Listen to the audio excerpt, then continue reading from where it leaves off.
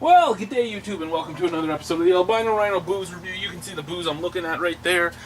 It is going to be Mill Street's Bierschnapps, this time the coffee porter. Mill Street's coffee porter Bierschnapps is 45% alcohol by volume. This is actually the same brand of Bierschnapps that I chugged. I chugged it for somebody that told me to do that it would be an amazing video to see, so I did it for him. You can see here, colorless, not been barrel aged or anything like that, just pure alcohol. I remember the first time I saw it, I even said, I'm like, wow, I mean, you used all your dark beers, I'm amazed that it's colorless. And Mr. Abrams there, the owner of Mill Street, looked at me and he was like, that's what all alcohol looks like when it's distilled. And, you know, I kind of felt like a dumbass because I knew that that's what all alcohol looks like when it's first distilled. But still, just to think that it was made out of your porter and then came out clear was just kind of boggling to me at the time. Again, it was something stupid for me because I knew, yet I didn't know. You know, like, I knew, yet I still made my comment.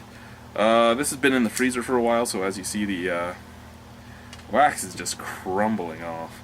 It's actually kind of fun to crumble it off. So this was, when they had their distilling license given to them, it was a return of distilleries in the distillery district in Toronto, which is great for them. I mean, whether or not you love their beer, whether or not you think their beer is hipster or not, they do some great things for the community, and they are spearheading some interesting things like making a distillery. So small batch distilled in small copper pots, pricey stuff, but as I said with the last one, it's pricey because what you're doing is you're taking quality ingredients to make a beer, and then that quality beer to make a schnapp. So we got our Glencairn glass here. I'll let you see that I'm actually pouring it into a Glencairn glass because people say, oh, you didn't drink it. You can see some shots are out of this bottle. My father-in-law gets into things. I gotta start hiding things. That's why this is now in the freezer, because it's an expensive bottle, so I don't want him touching it. I've actually put a lot of things that shouldn't be in a freezer in the freezer to keep him away from it. Colorless. Ooh. Ingredients. I actually saw a mistake on the ingredients here. It says coffee flavored beer, water, malted barley, ground coffee, hops, and instead of yeast it says ground coffee again.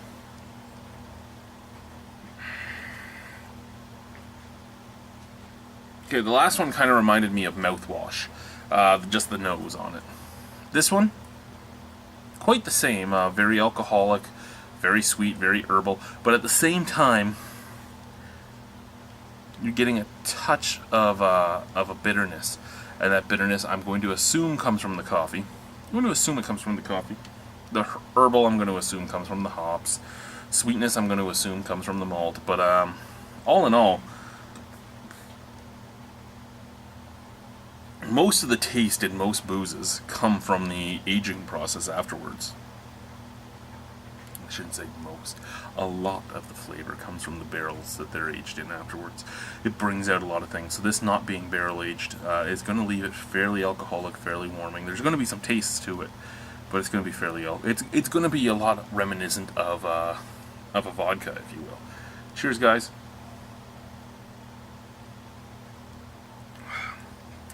Ooh. Oh my lord. Okay. You know what? I really like the coffee porter one. The other one I did was the Tank House Ale. The Tank House Ale Bierschnapps just came off as sweet, kind of herbal and very burny.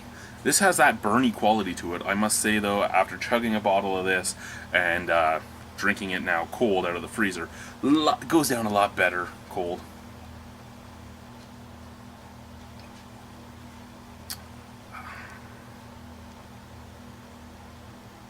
But this is like 45% alcohol coffee. That's what it's like. You're getting punched in the face with high-end coffee. The bitterness is there. The sweetness is there. The The roastiness is there. All the flavors that you'd expect from a coffee or from a coffee porter are there. There's a maltiness, which is giving you the sweetness. There's a coffee roastiness, there's a coffee bitterness, and there's a very big alcoholic warming. This is actually amazing. This would be a great nightcap. Throw this over some ice, sit back and sip on it. You know what? And get yourself a nice black coffee and throw this in there. You know how people love to do the Baileys in coffee? Throw this in just for a spike up. Oh yeah, spike it up, because it's not going to take away from the flavor. It's just going to add a nice alcoholicness.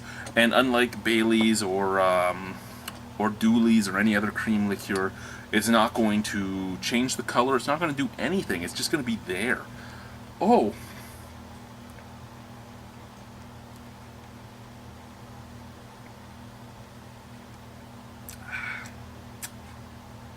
Oh yeah. I quite enjoy this. I'm surprised by how good this actually is. I'm surprised by how much coffee is coming out of this. I was expecting it to be, because it smelt so much like the other one, I was expecting it to just be sweet and herbal, just for the malt sweetness and the hop herbalness to come out, and nothing else. I didn't expect anything else to come out of it, and the coffee just shines in this. Out of 10, you know what? I'm going to have to give that a 9. I really enjoy that. I will buy another bottle of this for sure. I think I gave the other one a 6.75, a 6.75 or a 7. I really enjoy this one though. This one is actually a schnapp I could use. I could use this in drinks, and I could shoot this, and I know I can chug it. So, all in all, it's great. It's again bit pricey. Again, you're looking at quality. You know what? Great booze. Thank you guys for watching. Thank you, Mill Street, for making this. Bye-bye.